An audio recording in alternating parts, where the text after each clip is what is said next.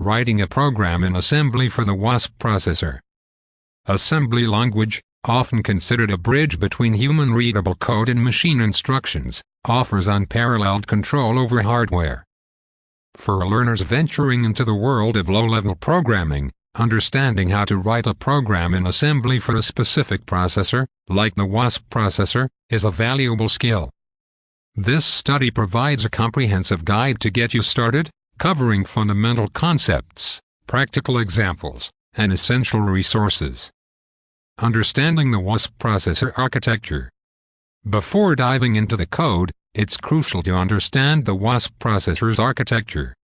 This includes instruction set architecture. The ISA defines the set of instructions the processor can execute.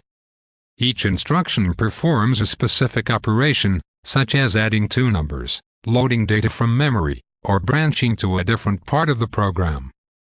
Consult the WASP processor's documentation for a complete list of instructions and their syntax. Registers. Registers are small, high-speed storage locations within the processor. They are used to hold data and addresses that the processor is actively working with. Understanding the purpose of each register is essential for efficient programming. Memory organization. Understanding how memory is organized is crucial for loading data and storing results. The WASP processor's memory map defines the address ranges for different types of memory. Key concept. The ISA acts as the contract between the hardware and the software. It dictates what operations the processor can perform and how they are encoded. Setting up your development environment. To write and test assembly code for the WASP processor, you'll need the following tools. Assembler. An assembler translates assembly language code into machine code that the processor can execute. Choose an assembler specifically designed for the WASP processor. Linker. A linker combines multiple object files into a single executable file. Debugger. A debugger allows you to step through your code, inspect registers and memory, and identify errors. Text editor. A text editor for writing the assembly code. Example, if you are using the GNU assembler, you might use the command as -omiprogram.omiprogram.s to assemble your code. The O flag specifies the output file name, and miprogram.s is your assembly source file. Basic assembly language concepts. Assembly language uses mnemonics to represent machine instructions. Here are some fundamental concepts. Instructions. Each instruction consists of an opcode and operands. For example, ADD-R1, R2, R3 might add the contents of registers R2 and R3 and store the result in R1. Directives. Directives are instructions to the assembler, not to the processor. They control the assembly process, such as defining data segments or allocating memory. Examples include data, text, and global. Labels. Labels are symbolic names for memory addresses. They make code more readable and maintainable. For example, loop might mark the beginning of a loop. Comments. Comments are used to explain the code and are ignored by the assembler.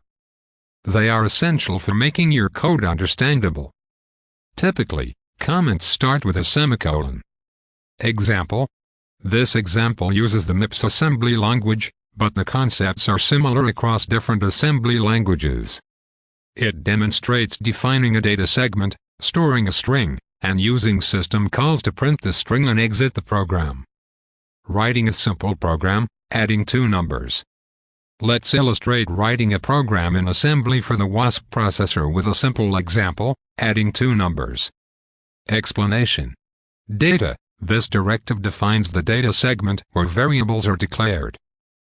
We define num1, num2, and result as words and initialize num1 and num2 with values 10 and 20, respectively. Result is initialized to 0. Text. This directive defines the code segment where the program instructions reside. Global start. This makes the start label globally accessible, indicating the program's entry point. LWR1, num1. This instruction loads the value stored at the memory location label num1 into register R1. LW stands for load word. LWR2, num2. Similarly, this loads the value at num2 into register R2. Add R3, R1, R2. This instruction adds the contents of registers R1 and R2 and stores the result in register R3. SWR3, result. This instruction stores the value in register R3 into the memory location labeled result. SW stands for store word. Halt. This instruction halts the processor. The specific instruction for halting will depend on the WASP processor's ISA. Testing. After assembling and linking this code, you can run it on a WASP processor simulator or emulator. You can then inspect the memory location result to verify that it contains the value 30. Advanced concepts. Once you're comfortable with the basics, you can explore more advanced topics. Subroutines. Subroutines allow you to modularize your code and reuse common blocks of instructions. This involves using instructions for calling subroutines and returning from them. Stack management is crucial for subroutines.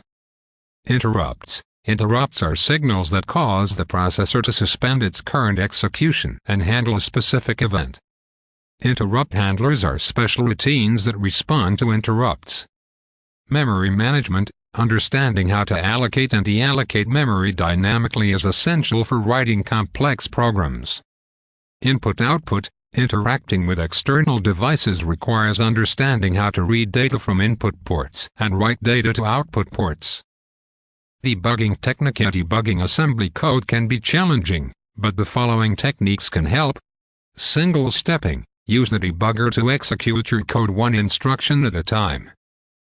Breakpoints. Set breakpoints at specific locations in your code to pause execution and inspect the state of the processor. Memory inspection. Examine the contents of memory locations to verify that data is being stored and retrieved correctly. Register inspection. Check the values of registers to understand how data is being manipulated. Using a simulator. Simulators often offer debugging tools that are not available on real hardware. Resources for learning more. Books. Consider books on computer architecture and assembly language programming. Online forums. Engage with online communities and forums to ask questions and learn from other programmers. Stack Overflow is a great resource.